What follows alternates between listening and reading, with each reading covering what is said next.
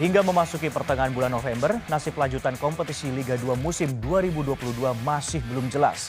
Manajemen Sriwijaya FC mendorong PT LIB segera kembali menggulirkan kompetisi pada awal Desember nanti. Sriwijaya FC belum kembali mengumpulkan para pemainnya karena nasib lanjutan kompetisi Liga 2 musim 2022 masih belum jelas. Situasi ini berdampak besar pada kondisi teknis dan non-teknis tim.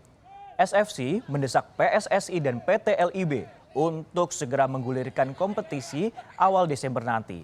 Namun jika tidak, manajemen SFC akan mendesak PSSI dan PT LIB untuk mengeluarkan regulasi terkait dengan pembayaran gaji pemain. Pengeluaran gaji pemain sangat memberatkan bagi klub jika liga tidak segera digulirkan.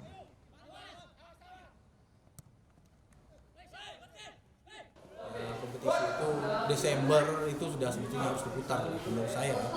Kita mendesak lah, kalaupun tidak kita mendesak PSSI untuk mengeluarkan regulasi karena ada semacam kewajiban yang klub yang sampai saat ini harus kita bayarkan ke pemain.